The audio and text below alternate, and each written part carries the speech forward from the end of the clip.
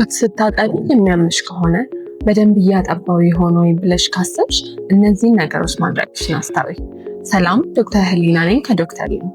በማንኛውም ጊዜና ቦታ ከጤና ባለሙያዎች ጋር በቀላሉ የሚያገናኙት የመጀመሪያው አቀማመጥ ነው።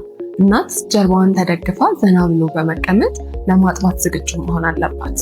በመቀጠል ህፃኑን ቀጥ አድርጎ ወደ እናቱ በማዞር ሙሉ ለሙሉ ሰውነቱን መደገፍ ያስፈልጋል። ሁለተኛው የጡት አያያዝ ነው። የህፃኑን አፍ ሙሉ ለሙሉ በመክፈት የጡቱን ጫፍ ብቻ ሳይሆን ጠቆር ያለውን ሙሉን ፓርት መያዝ ይኖርበታል። ሌላ ማየት ያለብሽ ነገር የህፃኑ የታችኛው ከንፈር ወደ ውጭ መታጠፉንና የልጁ አገጭ የእናቱን ጡት መካቱን ነው። ከዚህ በተጨማሪ የጡትን ጫፍ በጣት መሃል መያዝ ሳይሆን መደገፍ ብቻ በቂ ነው።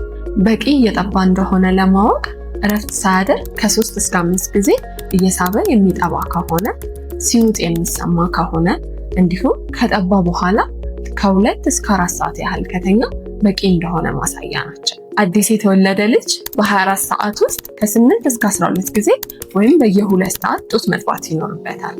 ስለ ጡት ማጥባት ሐኪም ማማከር ከፈለግሽ በቤትሽ ሆነሽ በዶክተር ሊንክ ማማከር ትችላለሽ።